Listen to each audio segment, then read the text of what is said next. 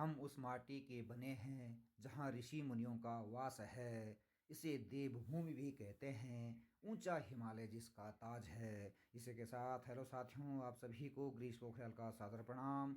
आज से आप सभी सकुशल मंगल होंगे और आप सभी की सकुशता के लिए परमपिता परमेश्वर से प्रार्थना करता हूं कि आप सभी लोग सुखी रहें, समझ रहें, दीर्घायु रहें। और इसी के साथ कर रहा हूं आज मैं अपने एक नई वीडियो की शुरुआत, एक नई ज्योति की शुरुआत, एक नई उमंग की शुरुआत। और आप सभी को अपनी मातृभूमि से, अपनी जन्मभूमि से, तो आज मेरे गांव में भी, मेरे मुल्क में भी, मेरे डांडी कांठियों में भी अपनी परंपरा के अनुसार, अपनी संस्कृति के अनुसार देवी देवताओं का मंडान लगाना, देवी देवताओं को नचाना, ये निरंतर प्रक्रिया चलती रहती है। तो आज भी मेरे गांव में एक मंडान लग रहा है देवताओं का, जहाँ पर ढोल की उन मधुर थाप से, ढोल की उस मधुर गुंज से सभी देवी देवताओं को नचाया जाता है। सभी लोग देवी देवताओं का आशीर्वाद लेते हैं। तो आज ले चलता हूँ आज आपको अपने गांव की परंपरा, अपने गांव की संस्कृति के देवताओं के इस मंडान में। तो मैं भी तैयार हो चुका हूँ। जो हमारे गांव में एक पौराणिक रीति रिवाज परंपरा के अनुसार हम इसको थोड़ा बोलते हैं, मंडान, जिसमें देवता नाचे जाते हैं, वहाँ के लिए मैं भी तैयार हो चुका हूँ अपने घर से। और कुछ साथी लोग मेरा भी इंतजार कर रहे हैं, वो मुझे आवाज़ मार रहे हैं। तो मैं जा रहा हूँ अभी उस मंडान में। और जो हमारी संस्कृति के अनुसार, जो हमारी परंपरा के अनुसार, जो हमारी पूर्वजों से चल के आ रही है, क्योंकि प्राचीन समय में मनोरंजन के कोई साधन तो थे नहीं, तो हमारे पूर्वज क्या करते थे कि जो अपनी देवी देवता हैं उनको नचाया करते थे। ऐसे समय पे जब रातें लंबी होती है और घर में इतना ज़्यादा खेती बाड़ी का काम नहीं होता था, तो ऐसे समय पर हमारे जो पूर्वज थे वो अपनी देवी देवताओं को नचाया करते थे। तो आज भी वो प्रथा, आज भी वो रीति रिवाज, आज वो परंपरा, आज वो ट्रेडिशनल जो संस्कृति है आज मेरे गांव में जीवित है। तो आज मैं भी उसमें जा रहा हूं। तो दिखाता हूं थोड़ी देर में अपनी गाँव की परंपरा, अपने गाँव के थौले और देवताओं का मंडान। यहाँ पर रास्ते में मैं चल पड़ा हूँ। यहाँ पे मिल गए मेरे को दोनों ये भाई, एक राकेश पोखरियाल, एक राकेश, और दोनों एक ही नाम के हैं। और साथ ही जो यहाँ पे है, ये है यहाँ पे लगी हुई सौर लाइट, क्योंकि आजकल तो हर गांव में डेवलपमेंट की ओर बढ़ रहा है, तो हर गांव में इस तरह की व्यवस्था होगी। पहले तो नहीं था, पहले तो बहुत अंधेरा था, लेकिन काफ़ी डेवलप हो चुका है गाँव में भी। और ये हो गए हम तैयार, ये दोनों के दोनों मेरे साथ हैं, और कुछ वो अभी आ रहे हैं, उनकी हम वेटिंग कर रहे हैं यहाँ रास्ते पे। और साथ ही ये शाम का, मतलब एकदम रात का जो नज़ारा है, क्योंकि मेरा गांव तो एकदम बहुत दूर दूर है, मतलब जो लोग बसे हुए हैं बहुत दूर दूर। आप देख रहे होंगे लाइटिंग कहाँ कहाँ जली हुई है, कम से कम 50 मीटर 100 मीटर की दूरी पर हर घर है। तो ये मेरे गाँव का रात का नज़ारा है। और सामने ऊपर जो ये लाइटें दिख रही है, इसको मैं फोकस कर रहा हूँ, तो यहाँ पे जाना है हमें, जहाँ पे बड़ा उजाला दिख रहा है। तो ये बिंदवाल परिवार है हमारे गांव में, जिनके यहाँ ये देवताओं का मंडान लगाया जा रहा है। तो हम जा रहे हैं इस घर पे, आ रहे हैं आज मंडान देखने के लिए। ये राकेश सरोला, बागचंद पोखरियाल जी, अर्जुन सरोला जी, गजेंद्र पोखरियाल जी, नागरजा की प्रसिद्ध उतारे जी, और यहाँ पे हमारे सयाना जी भी बोलते हैं, हमसे काफ़ी वरिष्ठ हैं, कबूल सिंह पोखरियाल जी, और ये भानु प्रताप भाई। जितने सारे लोग देखो हम मंडान देखने जा रहे हैं अभी। और कुछ आगे चले गए तो फाइनली हम पहुंच चुके हैं स्ट्रीट लाइट नंबर 2 और गिंडा नामी तोक पे। और जस्ट इसके बाद हम आगे चले जाएंगे जहाँ पे मंडान हो रहे हैं। और यहाँ से एक सुंदर एक नज़ारा मेरे गाँव का। फाइनली मैं यहाँ पे पहुँच चुका हूँ जहाँ पे मंडान लगा हुआ है। तो ये यहाँ पे सामने मकान है और ढोल की धुन आप सभी सुन रहे होंगे। और जब गांव में आता हूं तो ढोल की गुन से ऐसा मन लगता है कि आज माँ सरस्वती की इस वाचन को सुनते रहना है। तो यहाँ पर स्टार्ट हो चुका है मंडान, तो शीघ्र ही मैं मंडान में पहुंचने वाला हूं।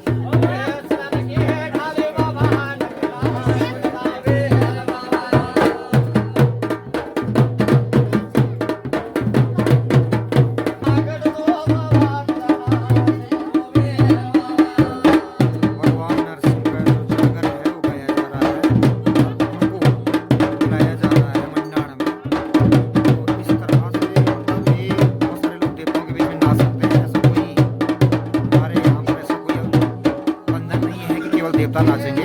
देवताओं के साथ कोई भी नाच सकते हैं। और यहाँ पर जो ये मैंने एक अग्नि का एक कुंड जलाया हुआ है, इसे हमारे यहाँ होंडुकू बोलते हैं। तो ये लगाना बहुत सुख होता है, अग्नि का प्रवेश होना बहुत सुख होता है। और यहाँ पर सभी देवताओं के जागर लगाए जाते हैं, चाहे वो नरसिंह हो, चाहे नागराजा हो, चाहे भैरव देवता हो, चाहे मनचोपा देवता हो, चाहे आसी मंत्री हो, सभी के जागर जब गाए जाते हैं तो सारे वो देवता धीरे धीरे जो उनके धामी हैं, पशुआ हैं, उन पर अवतरित होते हैं। और यहाँ पर जो देवता होते हैं उनके अलग पहनाव होते हैं। जैसे नागराजा है तो पीली धोती होती है, केसर की धोती उन्होंने पहनी हुई है, पीला कुर्ता होता है। और यहाँ पे जो मानचंपा देवता की टोपी पहनी हुई है, एक मानचंपा देवता के धामी है, बड़े न्यू गाँव के रहने वाले धन सिंह वाले का नाम है। और इस तरह से मेरे गाँव में इस तरह का मंडाण होता है, सभी लोग खूब नाचते खेलते हैं देवताओं के साथ।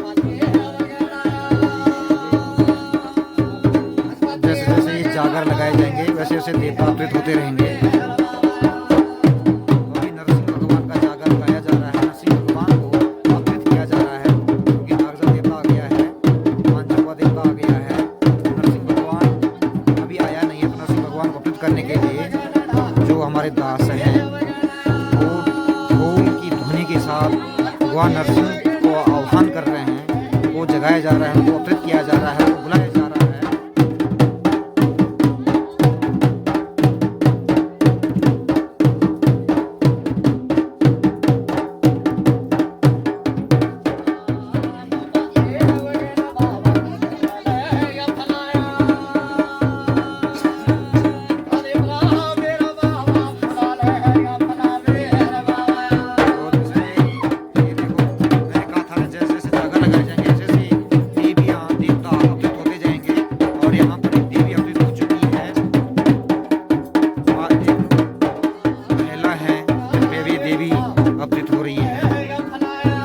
भगवान नरसिंह का जागर लगाया जा रहा है,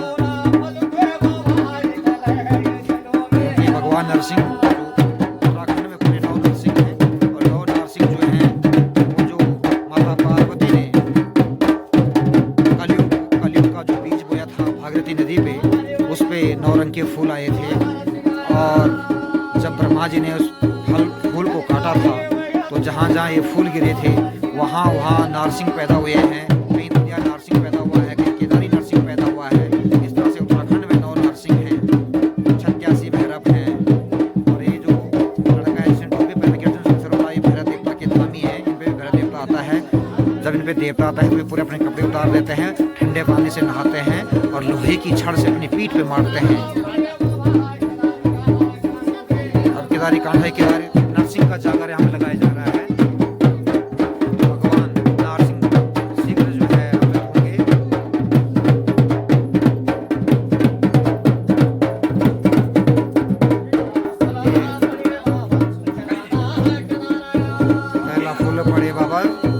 केदारी में जो पहला फूल पड़ा है वहाँ पे जो है केदारी नरसिंह पैदा हुए हैं। केदार में पहला फूल पड़ा था ब्रह्मा जी के द्वारा, तो वहाँ पर केदारी नरसिंह पैदा हो गए थे।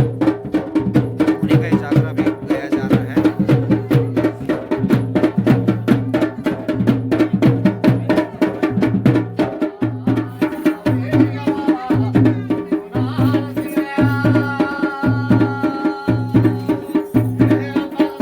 तो ये देवी नहीं थी, सॉरी, इन पे भी नरसिंह आ रहा है, क्योंकि 9 नरसिंह होते हैं तो इन पे भी नरसिंह देवता आ रहा है।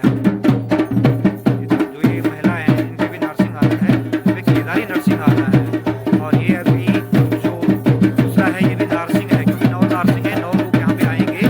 तो ये देखिए लोहे की छड़ से अपनी पीठ पे मार रही है जो महिला, इन पे केदारी नरसिंह आ रहा है। और इस लड़के पे जो राकेश सिंह सरोला जी है उन पे केदारी नरसिंह आ रहा है।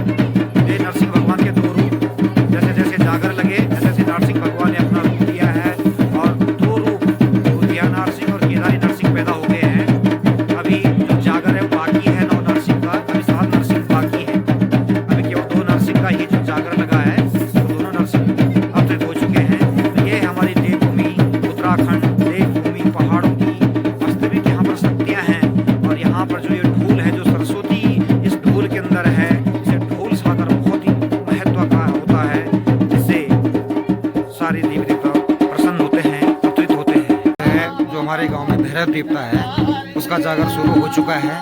और जो भैरव देवता है उसे भोले शंकर भगवान का रूप माना जाता है, उनका अवतार माना जाता है भैरव देवता को। और ये 86 भैरव है उत्तराखंड में। जिस तरह से पूरे उत्तराखंड में 9 नरसिंह हैं, उसी तरह से जो भैरव हैं वो 36 भैरव उत्तराखंड में हैं। 86 भैरव बोला जाता है उनको। तो उन्होंने भी उत्तराखंड की भूमि पर भगवान शंकर की तो ये ससुराल माना जाता है उत्तराखंड को। तो भगवान शंकर ने भी भैरव का रूप धारण किया था। भांगले जिवाल उनको बोला जाता है। शंकर भगवान का रूप भैरव देवता को माना जाता है। और जब भैरव देवता आता है तो अपने कपड़े उतार करके ठंडे पानी से नहाता है। और कम से कम जो लोहे की छड़ी होती है उसका वेट कम से कम 5 किलो होता है। और 5 किलो की जो छड़ी होती है लोहे की बनी हुई, उसको अपनी पीठ पे मारता है। लेकिन किसी भी तरह का कोई इन्फेक्शन नहीं, किसी भी तरह का कोई दर्द नहीं, तो किसी भी तरह का कोई भी प्रकार की बीमारियां पैदा नहीं होती हैं। तो अभी आपको मैं दिखाऊंगा जब भैरव देवता यहाँ पर आएगा। भैरव देवता का जागा लग रहा है। भैरव देवता को अवतरित करने के लिए भैरव देवता को बुलाया जा रहा है कि भगवान आप इस मंडाण में आ जाओ। ये मंडाण लगा हुआ है आप लोग के लिए, तो आप भी प्रसन्न होकर इस मंडाण में नाच नचाओ।